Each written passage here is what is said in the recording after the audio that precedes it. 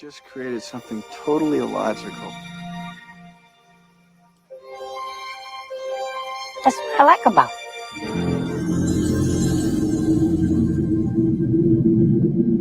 If you build it, he will come.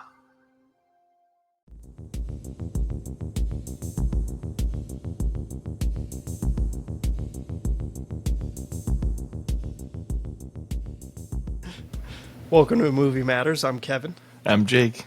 And today we're talking about the, in my opinion, overrated film Field of Dreams from 1989. Jake, what do you think? This is the first time you saw it.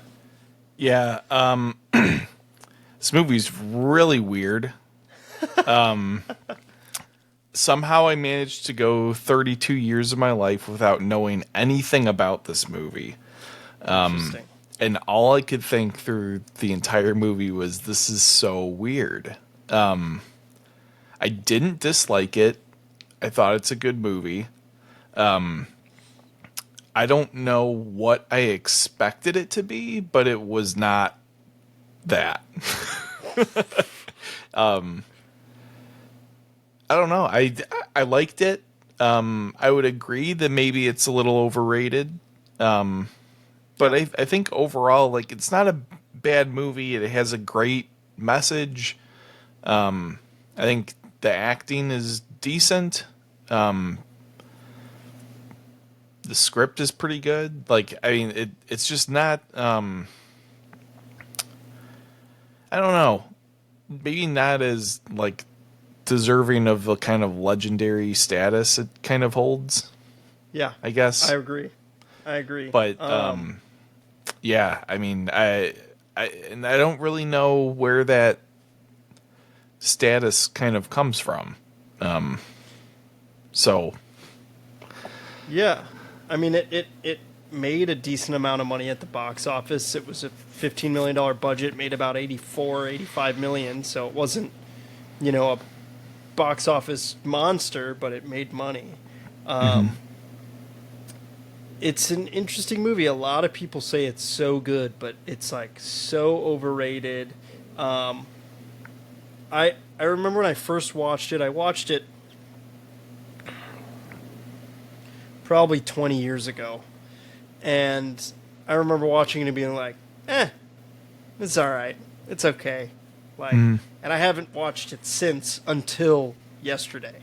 Yeah. So, and that's like kind of the same way I felt about it as I did when I was, 11, 12 years old. I was just like, yeah, this is just okay. I mean, there's some great lines in it. The cinematography is really good. But it's just like, I don't know. It doesn't have,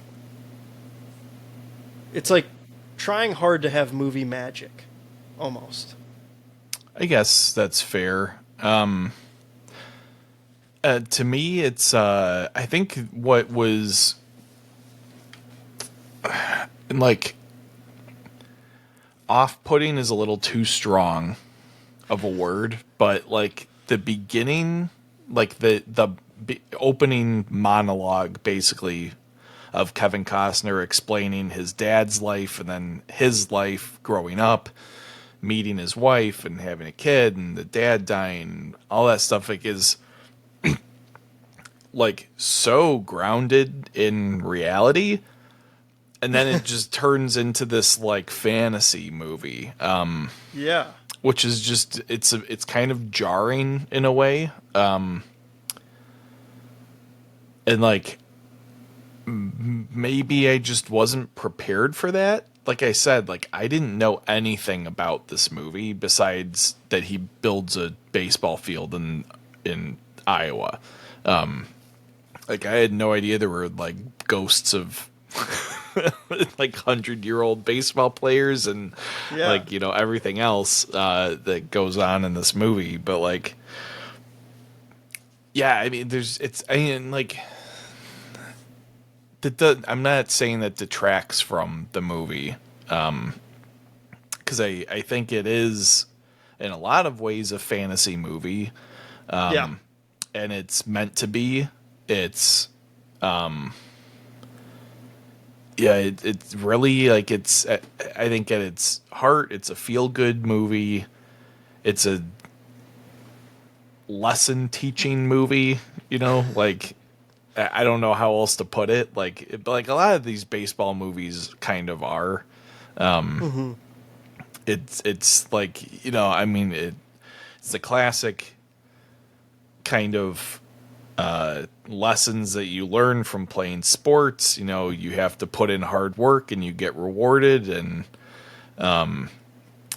this movie's all about kind of a father-son relationship that doesn't really exist. And then, Yeah. He like ends up like building it in the end, which is, a nice story. I'm glad that it ended that way. Because I'm like not a fan of daddy issue movies. And like, I just don't get it. Like, I don't hate my dad, so I've like never understood those kind of movies. So I was kind of like, oh fuck, like this is gonna be just, oh, I hate my dad. My dad was an asshole, blah blah blah. And then when it turned out that it was like a nice ending, Yeah. getting to like play catch with his dad, I was like, okay, like it's sentimental. all right, it's cool. good. Yeah. Yeah, But I don't know where I was going with all of that. Yeah, I mean, like, it's good. It's an interesting story. I don't know that, like, I feel like there's just no consequence, like, to it in the end. Yeah. Like, I don't know. It's like a great kind of, nicely packaged story. But like in the end, there's like not much. Like I feel like the impact isn't there. For like you said, for a movie that's really trying to be this like big cinematic kind of thing. Yeah, I just didn't feel that it like really got there. Yeah, you kind of mentioned it earlier. It's like there's so many parts that are like realistic, and then there's all this like supernatural fantasy aspect to it that like it almost takes you out of it, kind of. But it's, I don't know. It's like it's believing, and it's believing in faith in heaven, and getting second chances is like a huge, lesson in the movie, and like a theme of the movie is second chances, and that's kind of what the whole movie's about. Him giving his dad a second chance in a sense, or like getting a second chance to like make amends with his dad. Yeah, I mean, it's for that aspect of it, I like it a lot. Yeah, I mean, agreed. This movie is in the National Film Registry, or it's preserved in the United States National Film Registry by the Library of Congress for its cultural, historical, and aesthetic significance. So, I mean, again, people love this movie, but it's also like it's on everyone's like overrated list, and I agree, and that's kind of why we talked about this. Like, I was like, I don't want to do Field of Dreams, just because it's like I've seen it before, and we should talk about why we are doing Field of Dreams. Yes. Yes, we need to talk about that. We found out last minute that A League of Their Own is a 90s movie and not an 80s movie. So we are not going to do A League of Their Own, obviously. And we scrambled, and Field of Dreams was the obvious runner-up. Yes. So, yeah. And I know that you were very hesitant to do this movie. Yeah, because it's just meh to me. I don't know. Like I was like definitely a millennial watching the movie. Like I was on my phone, I was on my computer, because I was just like, I know this movie. It's like, it's all right. I mean, again, there's some good aspects to it for sure. Yeah, but I mean, I would say that it is kind of like the epitome of like Americana in a lot of ways. Yeah. Like baseball, corn farming, Midwest. Road Yeah. trip. Yeah, Midwest, small town. You get the whole kind of speech that his wife makes about loving freedom and the Constitution, calling Yeah. the lady a Bill of book Rights. burning Nazi pig or whatever it was. Yeah. Like, there's just a lot of like that, like kind of messaging of Yeah. like the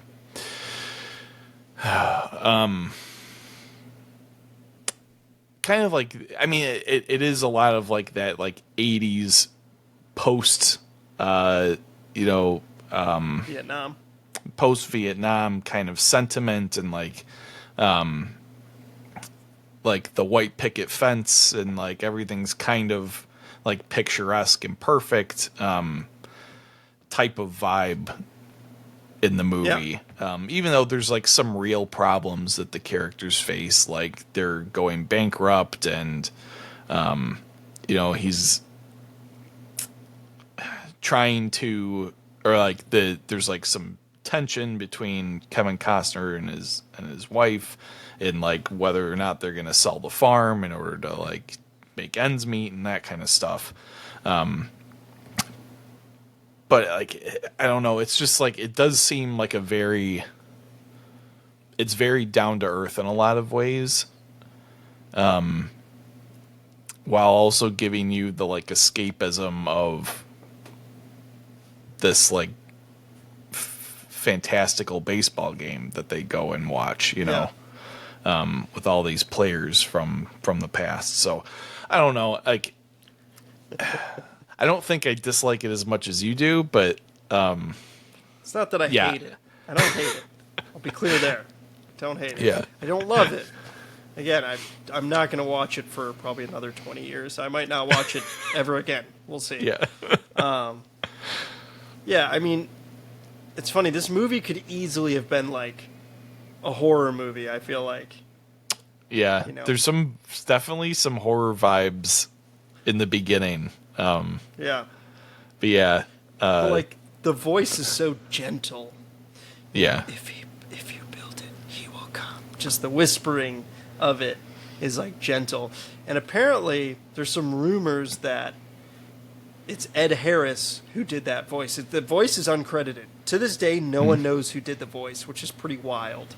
And people think it's Ed Harris, who's married to Amy Madigan, who plays Kevin Costner's wife in this movie. And but it doesn't sound like Ed Harris if you ask me. No, I thought it was Ray Liotta.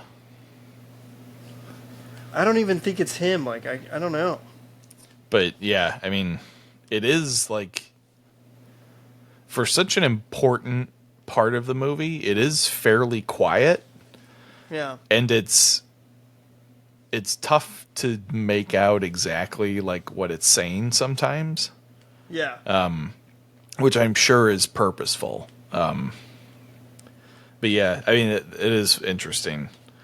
It's also one of the most misquoted lines in movie history, I think. Yeah. I thought Usually it was they.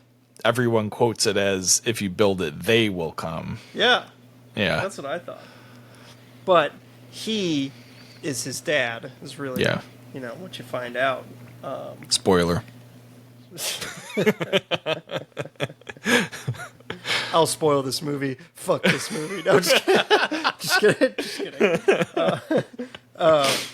Yeah, I mean, this movie was originally, it's a novel, and the movie was originally titled Shoeless, which is kind of funny. And after test audiences, were like, that title's terrible, so they changed it to Field of Dreams. Yeah, this director is interesting. He initially didn't want or consider Kevin Costner because he had just done Bull Durham, which we're going to do next week, which I've never seen, and I'm excited for that. Me either. And then they were just like, he's not going to be interested. He literally just did a baseball movie, and Costner got the script and was like, yeah, I want to do this. and because it was it was the director Phil Alden Robinson. It was his first movie. Costner was like, "Yeah, I'll sign on, but I'll also help you with the direction of the movie," which is super cool and really nice of Costner to do. But I love the cast. Amy Madigan is also from Uncle Buck, which is one of my all-time favorite childhood movies with John Candy. Even the daughter, Gabby Hoffman, she is in Uncle Buck as well. So it's kind of a cool little parallel. And it came out the same year. So this came out in '89, and so did Uncle Buck. Obviously, you got the iconic James Earl Jones as Terrence Mann in this movie, who is great and like just disappears into the corn at the end and like dies and goes to heaven. Is like my take on it. I guess, yeah.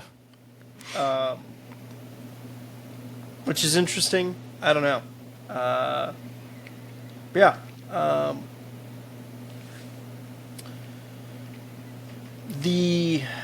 Like you said, like it's very American. The farm is cool. That's still obviously a real place. They still have the baseball field standing, and people visit it all the time, which is cool.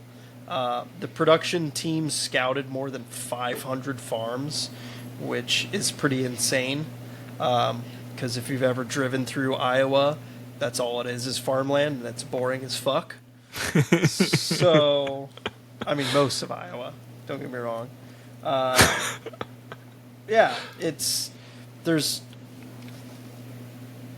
the production also, like, there's some cool facts that, like, Iowa at the time of filming was going through like the worst drought it's had since like the Dust Bowl, and they shipped in and like trucked in like $25,000 worth of water from the Mississippi River to help grow the corn, and they also shipped in like 50,000 stalks from South Korea of corn, which is interesting. But they didn't end up needing that corn because the water grew the corn enough. So, yeah, just pretty interesting. And like the corn grew so tall that they had to like set up boxes for Kevin Costner to walk on, so that he would not be shorter in the than beginning. The corn. Yeah. So pretty interesting. That's funny. Now, obviously, I mean, we've talked about this with our other movies, as we categorize them as baseball movies. This is definitely a baseball movie, 100%. Yeah. So, did you know about the White Sox scandal prior to this movie, or no? Yes. Okay. So, what do you think about all that? And should we give, if you know more about it, which I do too, do you want to give some background on it for our listeners? Yeah, so I think it was the 1919 World Series. Yeah. The White Sox were playing, was it the Cardinals? I don't know who they're playing. Can't remember. But anyway, the White Sox were playing, whoever. This was like in the very early Reds, days. Cincinnati Reds. Okay, the Reds. So the red team. This was like incredibly early in Major League Baseball. Probably wasn't even called Major League Baseball yet. But basically some probably closer to gangsters, but they're referred to as gamblers in the movie, convinced or probably threatened several players on the White Sox to throw the World Series in order to make a killing on bets, because the White Sox were the favorites. Obviously, Shoeless Joe Jackson, who's played by Ray Liotta in this movie, was kind of at the center of this. He was one of the best players in the country at the time, and he was more or less expelled from playing baseball in the pros after this scandal broke. And lots of people, and it's outlined a lot in the movie Field of Dreams, where Costner's kind of monologuing about how Shoeless Joe got shafted basically. Yeah. But like he didn't commit any errors during the series. He had like one of his best batting averages ever in a series of games. He hit the only home run of the series, I think. Like just like one of like the like all-time best performances in baseball. So it's hard to argue that he actually threw any of the games. I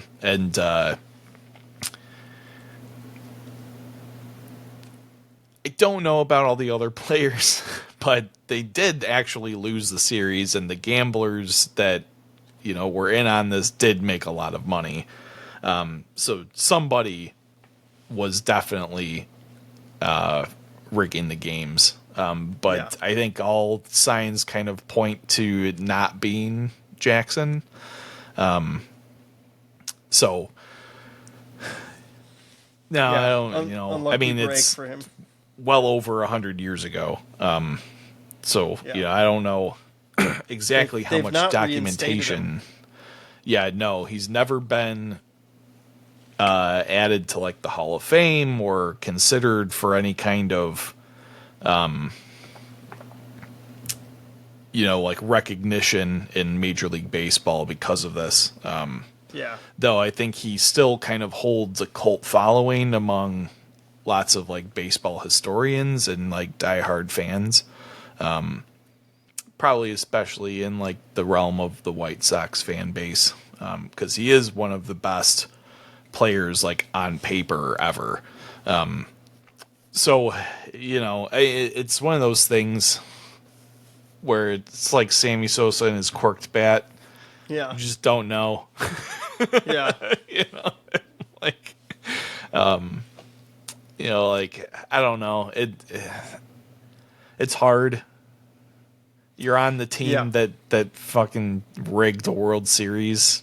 Pretty crazy. Like, yeah, I don't know. I guess there's some partial guilt by association, whether or not you actually did anything, but I don't know if he deserves to get screwed over that bad. Probably not. Agreed. So we were also potentially going to do the movie 8 Men Out, which is the historical depiction of the scandal. And this movie came out a year before Field of Dreams, 8 Men Out, and raised awareness of this scandal. So it was interesting to kind of have movies fictionalized, but also 8 Men Out being kind of historically accurate about this situation. Which also, on another like related note, there's a character in The Great Gatsby called Wolfsheim, I think. And I can't remember the main character's name in The Great Gatsby that is actually narrating the story. Sport. Yeah, old sport, whatever.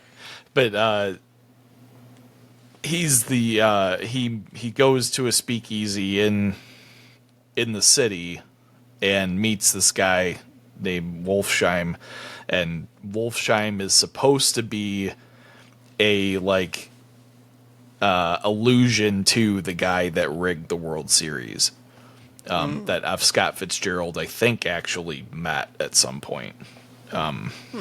Because F. Scott Fitzgerald was actually writing about like near contemporary kind of things in that era. So it's an interesting kind of tie-in. Yeah, definitely. Nick Carraway is the main character. I looked it up. Yeah, that's right. We should know this. We read it. I know. But we just like movies, all right? Shut up, everyone. And the Great Gatsby movie sucked. Which one? The new one with DiCaprio. Oh, Baz Luhrmann? Yeah, it was Yeah. okay. Yeah, I didn't care for it. Yeah, I mean, I like Ray Liotta's performance in this. I think he's really good. There's some inaccuracies with him portraying Shoeless Joe Jackson where he's like, he bats lefty and throws righty, and it was the opposite, I believe. It could be vice versa, but I think in the movie he bats righty. Yeah, he bats righty. You're right. He had no baseball experience, Ray Liotta, so they put him through several weeks of like training at USC with a baseball coach and a former Brooklyn Dodger, and they taught him a good amount. And I mean, he looks pretty good in the movie. And there's that part where Costner kind of gives him some shit, and he hits that line drive at him. That like actually happened, and Kevin Costner like falling over was genuine, and like he was kind of freaked out, but he stayed in character, which was super cool. So I like that. Yeah, I was gonna say this one, it does a pretty good job of actually like showing the baseball happening. Yeah, There's a couple times when right in the first time that Liotta shows up, where he's hitting balls from Costner pitching to him, where you can tell he's not jacking the ball. Like he's like barely like tapping it, but you know, he's an actor. Movie magic. And it's funny because there's like not a lot of baseball. There's like baseball played in a lot of scenes, but it's never really the focus. Right. If you think about it. It's interesting. It's more of like a, like it's used more as like a unifying kind of thread throughout the movie. Yeah. Where like all these characters are kind of brought together through baseball. Yeah. Yeah, so it's not as like gameplay centric as The Natural or Major League. But yeah, I mean, it's always there though. Yeah. Now, would you consider this a sports movie? Yeah. Okay. At the end of the day, I would it's say about baseball. Baseball. Like, yeah. it's not depicted as like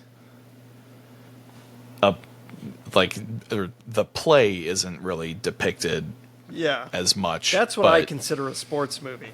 Is like when you actually see the game being played and it's part of the characters, like The Natural or Major League. That's personally my thought when it comes to a sports movie. But again, it's got sports. You know, it's got sports in it. Yeah. But yeah, I mean, I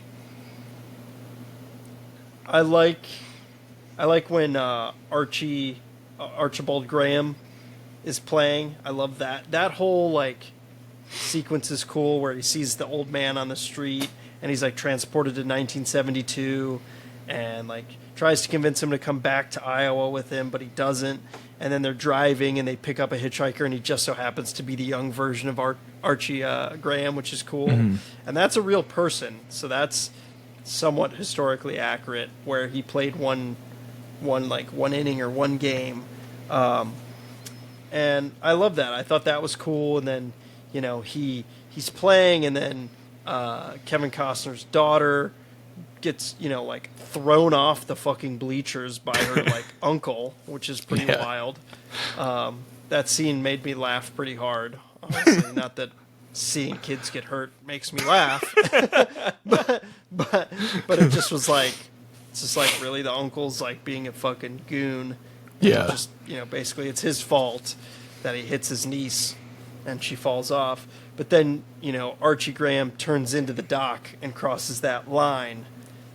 You know, that supposed like gravel line of that, you know, you can't be in heaven and play this game now. You're going outside and you're going back to your so-called playing field, if you will. I like that, and he like saves her life because she's choking on a hot dog. That was really cool. I do like that scene. And then you get to, and we kind of mentioned it a little earlier, but James Earl Jones and his like monologue is awesome, about like people will come from all over, and I love that whole scene. That like his, it's a little movie and very on the nose of like, let's make this a movie, you know. Yeah. But I like that, and But he's good at that. yeah, Like as an actor, like he's just really yeah. good at delivering stuff like that. So yeah, it's funny because it's like you see him act, and his voice almost doesn't match because you expect to see like Darth Vader. yeah, You know what or I mean? Mufasa. Yeah, or a blind dude from Sandlot. Yeah, I mean the whole aspect of them trying to sell the farm, or like being persuaded into selling the farm because he, took up a lot of his cropland with the baseball field. That's an interesting aspect, but it's very like, oh, we don't care, like, which kind of bothered me a little bit. Yeah, like my one critique, I think, would be that Costner's character is like too positive throughout the entire movie. Like, Yeah, and like every weird thing that happens in the movie is just taken very like almost ambivalently. Like, I'm hearing voices, honey. And she's like, oh, who is it? And what do they want?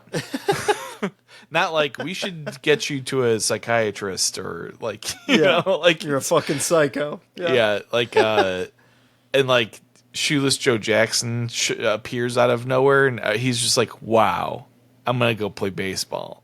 And like, it's like, there's like a fucking ghost in your farm and you're just like, cool. I mean, like, I don't know. Maybe that's like what that's the shtick the of the fiction movie. I mean, calls for, I guess, Yeah. but like, I mean, it is PG. yeah, I mean, there's just some like aspects of it where the reactions are not particularly human, like regarding what's going on around them. I mean, I get it.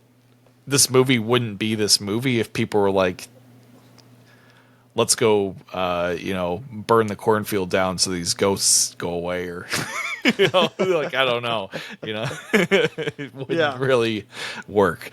So yeah, I agree. But I do. I mean, we kind of talked about it in the beginning as well. Like, I do like the ending where he's like, he gets to introduce his dad to his daughter and his wife, and then it just, he doesn't call him dad, and then he's just like, then he finally says, Dad, do you want to play catch? Which is really cool because, I mean, playing catch with your dad is such like a great bonding experience and just such like a childhood thing to do.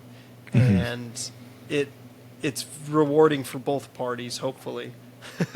I like that. And then, the camera pans out and you see all these cars coming, which is what they were going to, that's going to save the farm. But like, it doesn't feel,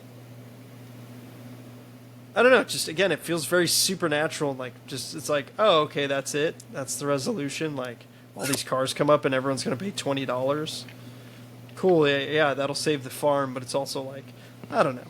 It's just interesting. You really have to suspend your disbelief for a lot of this stuff in the movie, in my opinion. Yeah, I mean, that's like, I guess that's just the deal. Yeah. And I get that. Like, some movies are like that. Yeah. But, I don't know. It's a baseball movie. It's an 80s movie. It feels 80s, but it doesn't. It feels a little timeless. Yeah, I'd say it's pretty timeless. Yeah. There's not much that pins it down to the 80s specifically. Yeah. I'm curious to hear what everyone else thinks, if they think it's overrated, if they think it's a great movie. I mean, this movie was nominated for 3 Oscars, Best Picture, Writing, and the Score. The score is really good by James, is it Horner? I think it's Horner. Horner does the score. It's either that or James Newton Howard. I get them kind of mixed up. Either way, the score is really good.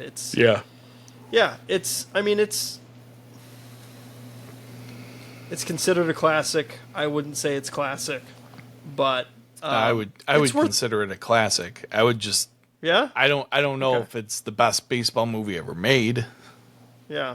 but I mean it's like it. There's not much to complain about. I think True. is calling it overrated. I think is fair. Okay. But I wouldn't Yeah. be like, I'm not going to watch this with my kids because it's a piece of shit. Yeah. I'm movie. not. I sound like I'm, trashing it pretty hard, but I don't know. It's okay. Yeah, I mean, I'm excited for next week's episode because it's another Costner movie, Bull Durham, which we both haven't seen. And yeah, and then I'm ready to get into some action again, some good stuff. Yeah. I'm ready for that. Yeah, so let us know what you think. If you think it's overrated, underrated, it's a classic, and prove us wrong. Yeah. Not that we're right or wrong, but so yeah, we'll catch you guys next week, and thanks for listening. Yep. See you.